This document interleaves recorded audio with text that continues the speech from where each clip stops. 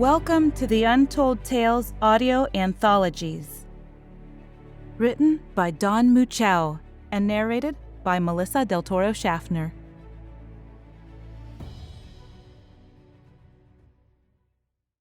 Waking. Matt Wells rolled over the thin, filthy mattress in his cell, pushed against the floor, and raised his body into a hunched, half-crawling position he had learned in the yoga class his commanding officer had forced him to take. His head throbbed, and it was enough to make him instinctively reach back and feel the area above his neck for evidence of blunt force trauma. Some grit and sweat, but nothing else. His room was well lit, mostly clean and temperate, but care had been taken to see that he didn't escape. Concrete walls, no air conditioning vents or security cameras, no electrical outlets or overhead lights from which to steal wires or fashion a tool. His pockets had already been relieved of their contents. One wall was a steel lattice in which sat bricks of glass laced with chicken wire, so that his captors could observe him. There was a narrow crack above and below the door, through which fresh air came, but not enough of an opening to force the door or even get leverage. Moreover, the door had no handle. He had managed to figure out that the doors were opened from a control panel nearby that threw a solenoid controlling electrical deadbolts. Even the mattress had been liberated of all wires it might have ever had. It was little more than a yoga mat and not nearly as useful. And other than himself and the clothes he wore, it was the only thing in the room. They had taken his shoes and socks, provided him with a t-shirt, and let him keep his jeans. But there wasn't much he could do with a few yards of denim and a handful of rivets.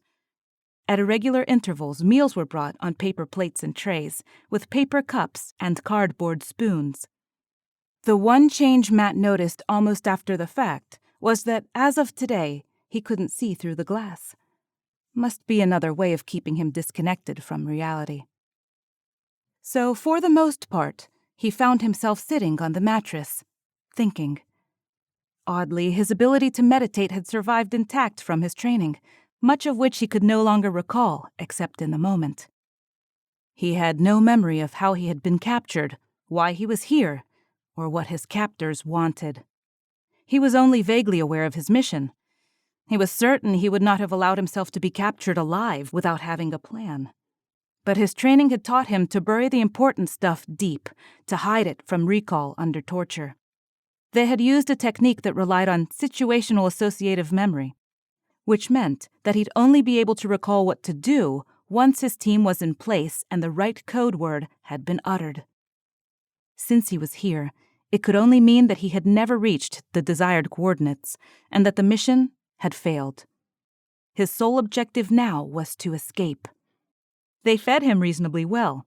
Bland foods he recognized: baked beans, cornbread, greens, water if he behaved well, sometimes a Coca-Cola in a paper cup.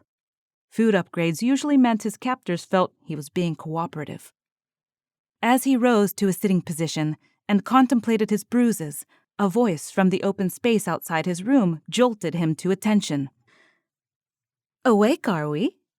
asked a female voice. He didn't recognize it.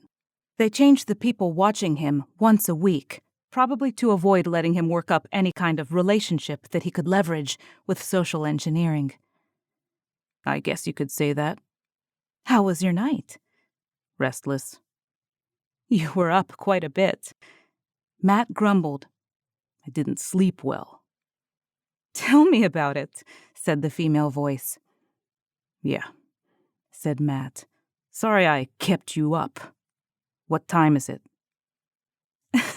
"I think you misunderstand," said the voice. "I'd actually like you to tell me about it. What did you dream?" "Nothing in particular. Went for a walk." "Where?" "Outside the fucking cell. Where would you go if you were kept here?" "What did you see?" Okay, Matt thought. I'm supposed to engage in some kind of guided visualization exercise that identified unresolved conflicts. Then they'll probe what those conflicts are. I'll tell them that I miss my family or something like that, and then that will turn into threats about ever seeing my family again if I don't do what they ask.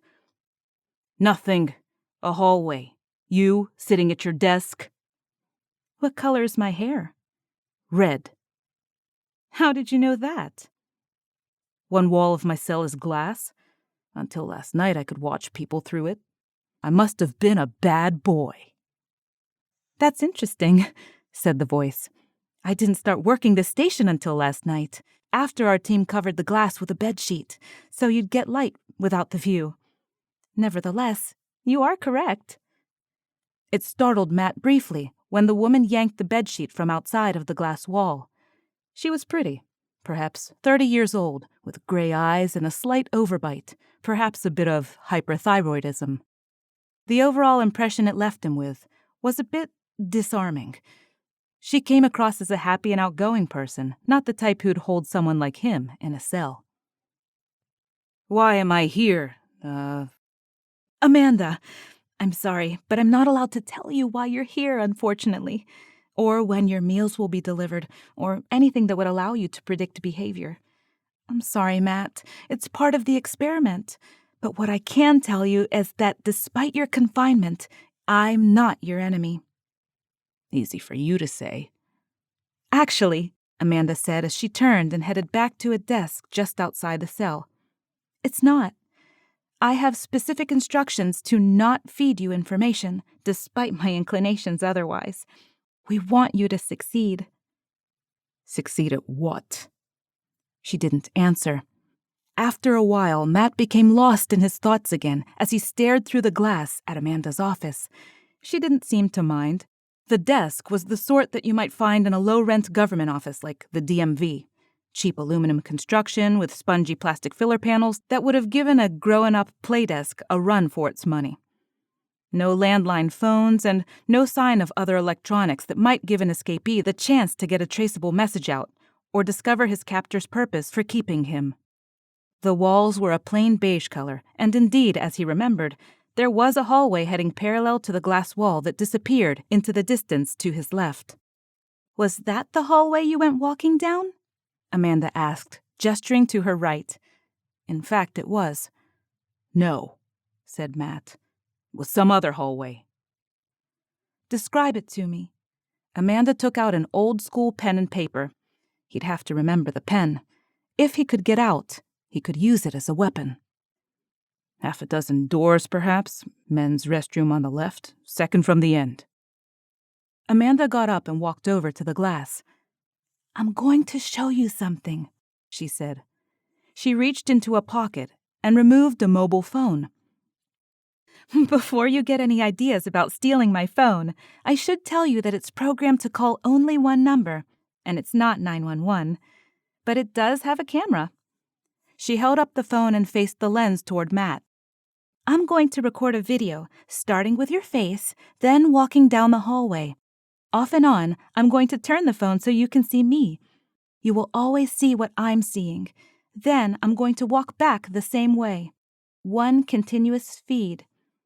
I won't stop recording until I reach you, and I'll face the phone toward you when I do it. Sure, said Matt. But what's the point? You'll see. Amanda started recording, then walked down the hallway in full view of Matt, at least until the angle of view made it difficult to look through the thick glass. As promised, she returned shortly, still recording, faced the phone toward Matt, and pressed the stop button on the screen. I'm going to play it back now, she said. Matt watched as the video played. Indeed, it appeared to be continuous, showing the hallway exactly as he remembered it. What did you see? Asked Amanda. Half a dozen doors. Men's restroom on the left, second from the end. Still sure you didn't walk down that hallway? You got me, said Matt. I lied earlier.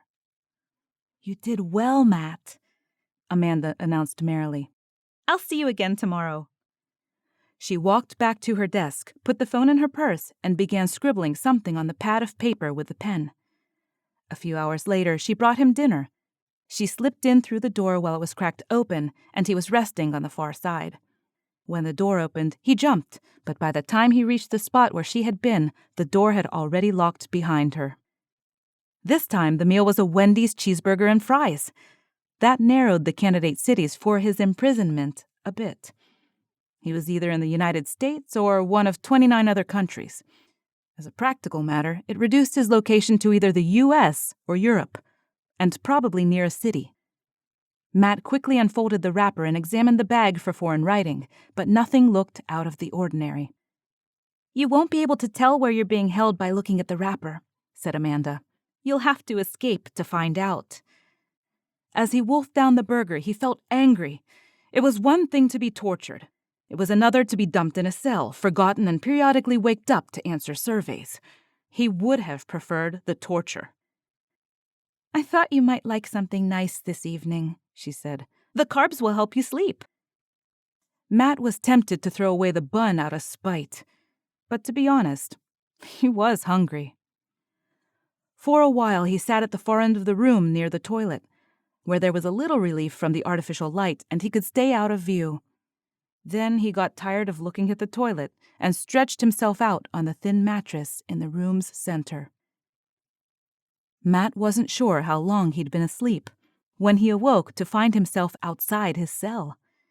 Amanda was nowhere to be seen. He assessed his surroundings. Long hallway as he remembered. Behind him, it continued a short way in the other direction and then turned left. There was a ceiling-mounted security camera at that end, but at the moment it was pointed to observe the other branch of the L-shaped hallway. He took advantage of that moment and ran barefoot down the long hallway toward where he remembered the men's restroom to be. At the end of the hallway was some kind of break room. Currently, nobody occupied it, so he ducked out of view of the security camera behind him and began exploring cabinets. Most were empty, except for a few paper napkins and plastic utensils. One had a nested stack of insulated paper coffee cups. There was an apartment-scale refrigerator with a few ice trays in the freezer compartment and a half-drunk carton of orange juice. 2 break tables were fastened to the floor in the center of the room on opposite sides of the hallway. Around them sat half a dozen plastic chairs. Beyond the break room, the hallway continued. There were perhaps half a dozen more doors, some with labels like janitorial, others labeled simply with an office number, but they were all locked. Matt hurriedly made his way past them, checking random doors, and still didn't encounter anyone. Not long afterwards, the hallway turned to the left and went past a long row of floor-to-ceiling glass windows. Behind them was a fully enclosed courtyard, in which stood a few shaded picnic tables and a handful of saplings of unknown variety. There was no way to exit there. He returned his glance to the hallway ahead and ran along the length of it. He stopped checking doors and decided it was more important to get the best look he could at as much of the complex as he could remember. He could rifle through desks for makeshift weapons and take a hostage later. At the far end of the hallway was a cafeteria, but it was empty. Here and there he could make out the occasional paper plate or napkin. He thought about taking the plastic bag from a garbage can, but there was food in it, and he wasn't sure at the moment what kind of asset it would actually be.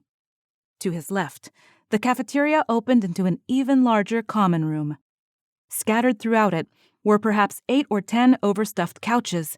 As he walked into the room, he could hear the slap, slap, slap of his footsteps echoing against the solid concrete floor. Just then, he heard a second set of footsteps to his left, getting louder, and decided to backtrack down the hall he had entered from. When Matt made it to the break room, it was still unoccupied, and the security camera was still pointed down the hall 90 degrees away from him. He tiptoed back toward Amanda's desk. There on top of her desk lay her pen and notepad, with the words, "Hello, Matt," scribbled across it. He took the pen and attempted to rifle through her desk, but everything was locked. Moments later, he heard her voice around the far corner past the security camera. Amanda was potentially an asset, and it was worth reconfining himself to build her trust. He'd need an inside resource to get out, and she was a source of knowledge if he could get her on his side. In the moment, he ducked back into his cell and closed the door behind him. Amanda came and went. She stopped by her desk only for a moment, and wondering when she would return and what sort of schedule she kept, Matt stayed awake to observe her behavior.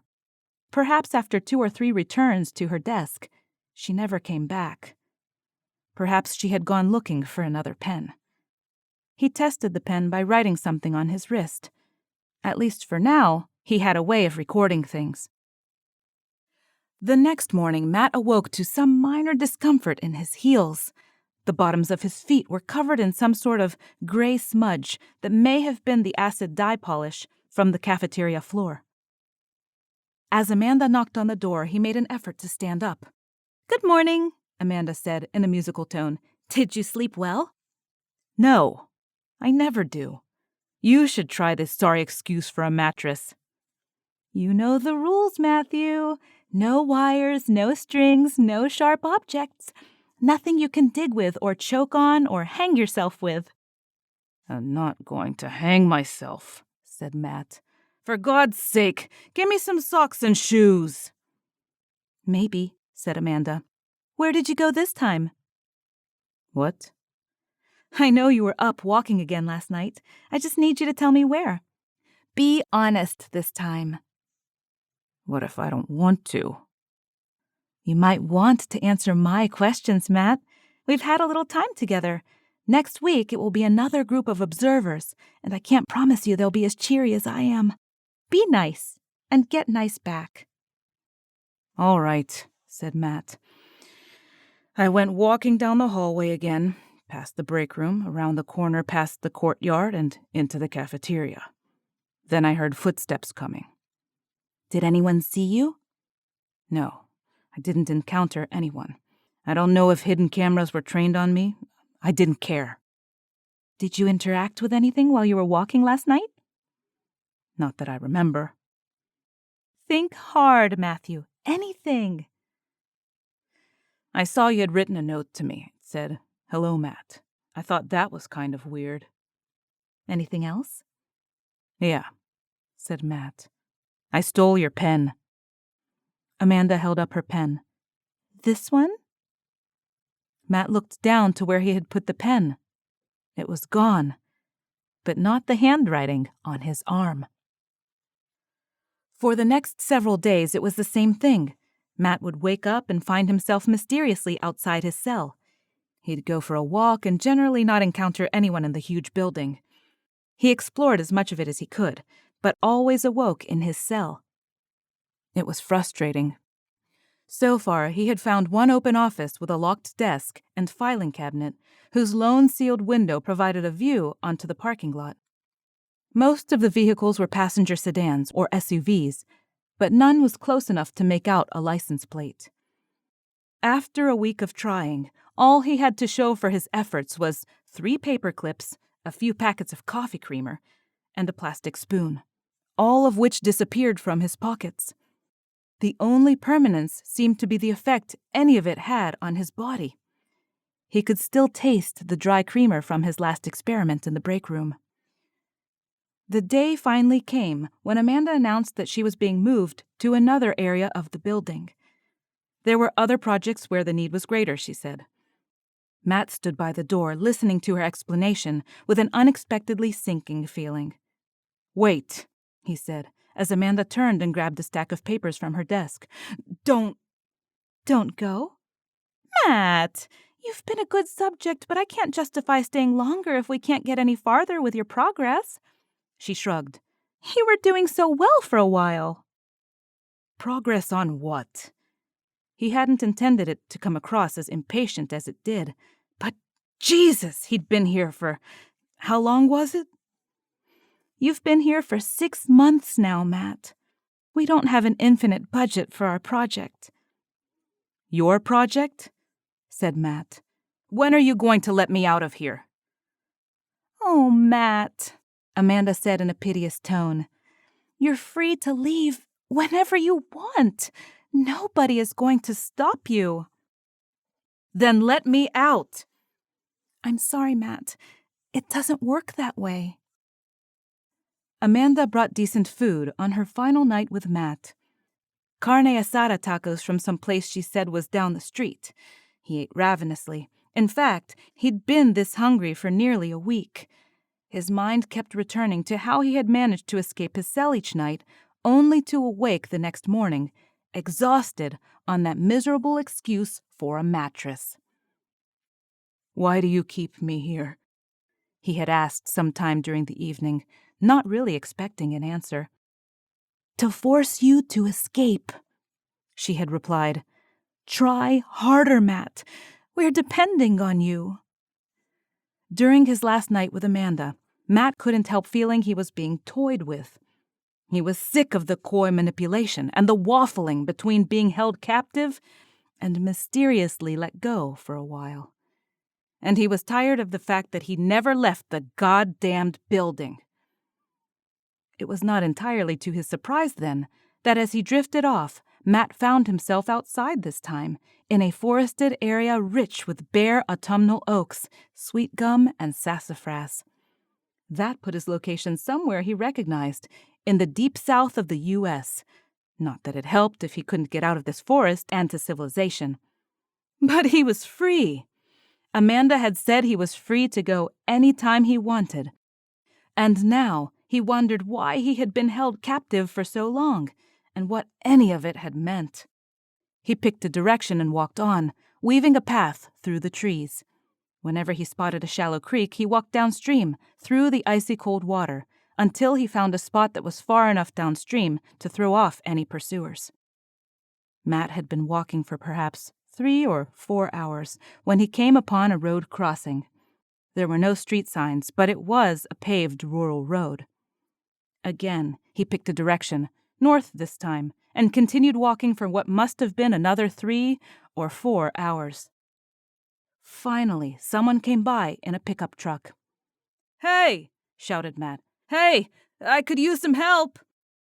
The truck slowed down to a stop, and the driver, a hefty guy in a plaid hunting shirt and a ball cap, rolled down the passenger side window. "Hey, buddy," Matt said, lowering his voice.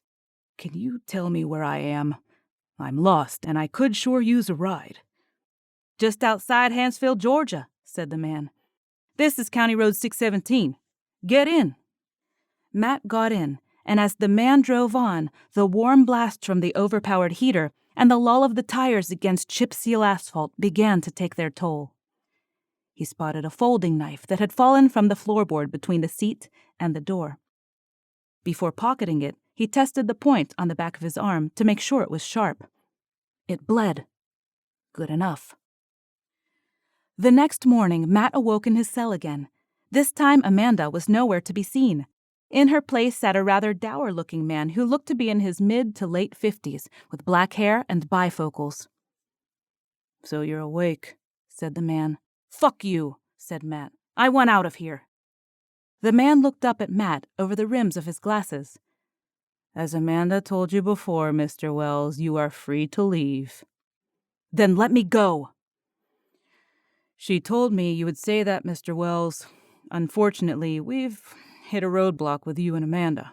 So let's try something different. I'll be happy to answer your questions, if I can." "Okay. Let's start with why I'm here. Who captured me? Why? What do you want from me? Why won't you let me go? Who do you work for?" "That's 7 questions, Mr. Wells. Which one do you want answered first?" "Who are you?" "That's 8. "Fine. Let's start with that. Who are you?" "My name is Ed." "All right, Ed. Who captured me? Who do you work for?" "That's difficult to answer." "Try me." You, Mr. Wells? You hired me. You also gave all of us strict instructions not to reveal any detail that would confound the data during the experiment. You didn't want false positives. Too risky for the mission." "I put me here? Why the fuck would I do that?" "Well, without discussing the specifics, it's my theory that you thought you'd eventually figure out a way to escape, even though you said it would be nearly impossible. You even had your own memories blocked until the experiment was successful and the right situation triggered them. As to your last 2 questions, Mr. Wells, I have no idea what I'm supposed to want with you. Data, I suppose. Success, however you define it. But I can't let you go because you told me not to. Not until you get out on your own." The next time Matt woke up, it was in a market outside Port Said on the Suez Canal. There was a masjid a few blocks west, and to the east, a lighthouse arose from the water's edge. In the background, he could hear the sounds of two-stroke moped engines and a crowd talking in a heavily accented mixture of Arabic, French, and English. At the water's edge was a motorboat, and a 40-ish man with a thick shock of black hair and a mustache stood in the boat, looking back in his direction. Without effort, he focused his attention on the man and saw himself through his eyes. He remembered why he was there now. Gorfrani was untouchable. Matt walked the remaining half-dozen blocks to where the boatman stood. "Do you travel across the water?" he asked. The man replied flatly without looking up. "Agar arzeshes radarad." "Mandraba anja bobar," said Matt. "And it damn well better be worth it." The boatman took the two of them across the canal and along the coast past Port Fuad. Somewhere near Bardawil, he was met by 3 armed, swarthy-looking men in a Toyota Land Cruiser whose side windows had been blacked out, where he was head-bagged and his hands and feet were bound. One of them sat in the back with a gun to make sure he didn't make a run for it. "Nice day, isn't it?" asked Matt. He concentrated on the space above his head. If he tried, he could force something akin to an out-of-body experience that let him track where he was going. He felt briefly triumphant at his new ability until the rearmost of his captors butted his ribs with a gun. After about 4 hours of driving in circles, the vehicle finally stopped. From the surroundings, he guessed he was near Arish. They got out, one of the men cut the cable ties from his ankles, and Matt was frog-marched into a building that looked like an active warehouse. Once the 3 men had left, someone removed his headbag and he found himself seated at a small wooden table. Opposite him was an older man in his mid-60s, clean-shaven, with thick eyebrows and a prominent chin. Around him were a multitude of boxes he guessed contained weapons and ammunition. "Mr. Wells, I am surprised to see you," said the man. "You are getting sloppy. It was no trouble at all to spot you in the market." "Behzad Gorfrani, I presume?" "One and the same. But it is too bad for you," Gorfrani continued. "Despite your cleverness, you will never be able to inform your compatriots." He stood up and walked to a makeshift workstation not far from the small table. "Can I get you anything? Chai?" "Cream and sugar," said Matt. Then under his breath, "I can do this all night, motherfucker. Do your worst." "Very well." Gorfrani poured the tea and let it steep. After some time, he took a delicate sip, put down the cup, and leveled eyes with Matt. "What I have not been able to figure out," he said, "is why you are here at all. Now that you have found me, you cannot leave. Certainly that must be part of your calculus." "Indeed it is," said Matt. "And I suppose you have poisoned the tea?" Gorfrani smiled. "Of course, but that should not stop you from enjoying it." Matt woke up in his cell. He had learned to really hate that place, but it was a mental anchor point for the bilocations, and Ed and Amanda stood nearby. His heart was pounding, and he couldn't breathe. He was vaguely aware that Ed had dosed him with atropine and diazepam. That meant Novichok. Clever. And it told him that Gorfrani was in touch with the Russians. Matt stilled his mind, using a combination of controlled breathing techniques he'd learned as a Navy SEAL and some Buddhist practices he'd only recently discovered. He knew he would calm down as soon as he could activate his parasympathetic nervous system. This was just how you did it these days, a combination of science and spirit mastery. He remembered now who everyone was and why it all had been a secret kept, even from him. It was essential that he not let himself believe anything he had not witnessed in person. The memory trigger that opened the floodgates had been the Farsi greeting at the motorboat, something he'd only experienced once he had figured out how to project a copy of himself to Egypt. What shocked him was that any of it had been possible. It seemed like a really stupid, risky idea at first, at the desperate edge of possibility. And what was worse, the science on bilocation, which dated to the 1970s, was questionable. PSYOPs had put tens of millions into it and abandoned it all because of polluted data and confirmation bias. This mission was too important and dangerous to be telegraphing clues to himself and engaging in false belief. Ghorfrani operated somewhere in Gaza. 5 previous missions to capture him had failed. A series of decoys and booby traps. Ground force missions had been a disaster, and an airstrike was out of the question. No one had seen Ghorfrani up close. No one knew where he was. And from scant intelligence, all they knew was that he had a penchant for both poisons and delicate indulgences. Fortunately, it was easier to locate a target whose personal details were known. In the first 6 months, after a dalliance with psychedelics, Matt had learned to remote view. It was a matter of resonant oneness and of collapsing quantum probability waves. Ghorfrani had been hard to find, but it was easier when you realized the distinction between Eastern philosophy and elementary particle physics was a false duality. In just months, he had learned to travel places he'd seen from afar, familiarize himself with the surroundings, and travel even farther.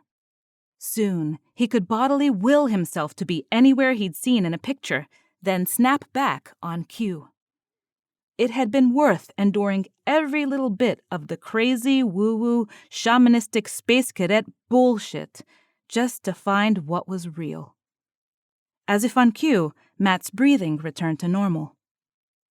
"You get your eyes on Ghorfrani?" asked Amanda. "Better than that," Matt said. "I can take us right to him." Thank you for listening.